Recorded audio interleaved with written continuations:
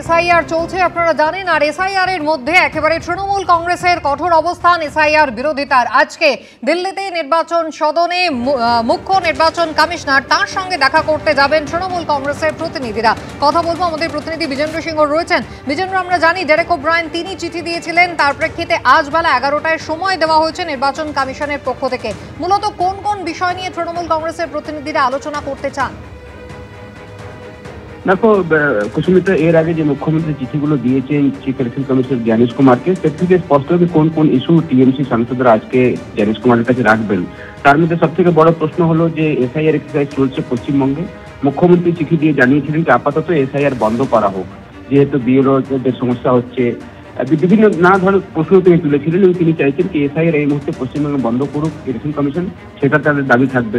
তার সঙ্গে সঙ্গে মুখ্যমন্ত্রী আরো একটা চিঠি দিয়েছিলেন কি যেখানে হাউজিং সোসাইটি গুলো রয়েছে সেখানে ইলেকশন কমিশন এবার পরিকল্পনা করছে কি সেখানে বুথ করা হবে, যেখানে 1000 থেকে বেশি ভোটার রয়েছে সেই হাউজিং সোসাইটিতে বুথ করা হবে। সেটারও প্রতিবাদ করে চিঠি দিয়েছিলেন মুখ্যমন্ত্রী মমতা বন্দ্যোপাধ্যায় জ্ঞানেশ কুমারকে। এই ধরনের ইস্যুস গুলো রয়েছে, যেটা 10 সাংসদের প্রতিনিধি দল যখন যাবেন তারা আজকে ইলেকশন কমিশনে 11টার সময়, তখন তারা ইলেকশন কমিশনের কাছে রাখবেন। তার সঙ্গে অন্যান্য কিছু ইস্যুগুলো রয়েছে, যেহেতু পশ্চিমবঙ্গে ভোট রয়েছে এবং কি কি পদক্ষেপ ইলেকশন কমিশন নিচ্ছে যেটাতে মনে করছে রাজ্য প্রশাসন বা টিএমসি তাদের যেখানে আপত্তি রয়েছে সে কথাগুলো তারা ইলেকশন কমিশনকে জানাবেন। 11টার সময় এই সাক্ষাৎ রয়েছে নির্বাচন সদনে। ধন্যবাদ। প্রবল বিরোধিতা করেও কি শেষ পর্যন্ত ওয়াকফ আইন মেনে নিল রাজ্য? 5ই ডিসেম্বরের মধ্যে পোর্টালে সমস্ত তথ্য আপলোডের নির্দেশ। 8000 ওয়াকফ এস্টেট তথ্য আপলোডের নির্দেশ সংখ্যালঘু দফতরে। রাজ্যের 82,000 ওয়াকফ সম্পত্তি সংক্রান্ত তথ্য পোর্টালে তোলার নির্দেশ।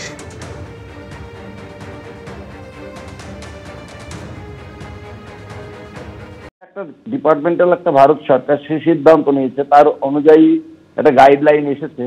গাইডলাইনে একদিকে যখন মানা হবে, পাশাপাশি আমাদের যে প্রক্রিয়াটা, আমাদের আইনগত প্রক্রিয়া বা আন্দোলন সবটাই চলবে।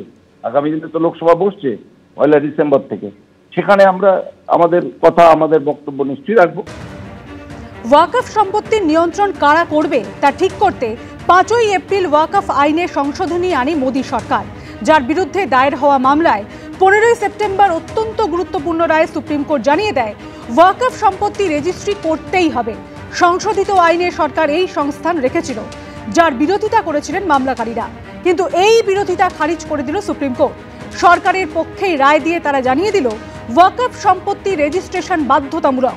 সুপ্রিম কোর্টের তৎকালীন প্রধান বিচারপতি BR গভাই ও বিচারপতি অগাস্টিন জর্জ মসিহার বেঞ্চ জানিয়ে দিয়েছিল ওয়াকফ সম্পত্তি রেজিস্ট্রি করতে হবে। এটি কোনো নতুন নিয়ম নয়, কারণ এই শর্তটি 1995-1913 সালের পরবর্তী আইনগুলোতেও ছিল। তবে ওয়াকফ সম্পত্তি দানে অন্তর্বর্তী স্থগিতাদেশ জারি করা হয়েছে।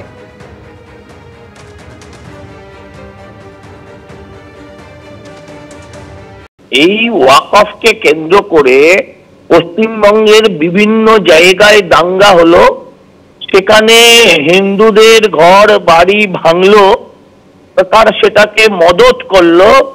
এবং আজকে সরকার এই যে সেন্ট্রাল গভর্নমেন্টের যে ওয়াকফ নীতি, সেই ওয়াকফ নীতিকেই তারা যখন অ্যাকসেপ্ট করলো, তাহলে আমার প্রশ্ন, এত মুসলমানদের খেপালেন কেন? সংখ্যালঘু ভাইদের এত খেপালেন কেন? ভোটের মুখে একাধিক জেলায় পুলিশ সুপার বদল। সরিয়ে দেওয়া হলো মালদার পুলিশ সুপার প্রদীপ যাদবকে। মালদার নতুন পুলিশ সুপার পুরুলিয়ার অভিজিৎ বন্দ্যোপাধ্যায়। মালদা থেকে প্রদীপ যাদবকে পাঠানো হলো উত্তর দিনাজপুরের এসপি ট্রাফিকে। বারুইপুরের এসপি পলাশ ঢালিকে পাঠানো হলো পশ্চিম মেদিনীপুরে। SSIB হলেন পশ্চিম মেদিনীপুরের পুলিশ সুপার ধৃতিমান সরকার। ডিআইজি মেদিনীপুর রেঞ্জের নতুন ডিআইজি অরিজিৎ সিনহা। পূর্ব মেদিনীপুর থেকে বাঁকুড়ার নতুন এসপি হলেন সৌম্যদীপ ভট্টাচার্য। ঝাড়গ্রাম, বাঁকুড়া, পুরুলিয়া, মালদা, আলিপুরদুয়ার, পশ্চিম মেদিনীপুর, জলপাইগুড়ি, পূর্ব মেদিনীপুর, বারুইপুরের পুলিশ সুপার বদল।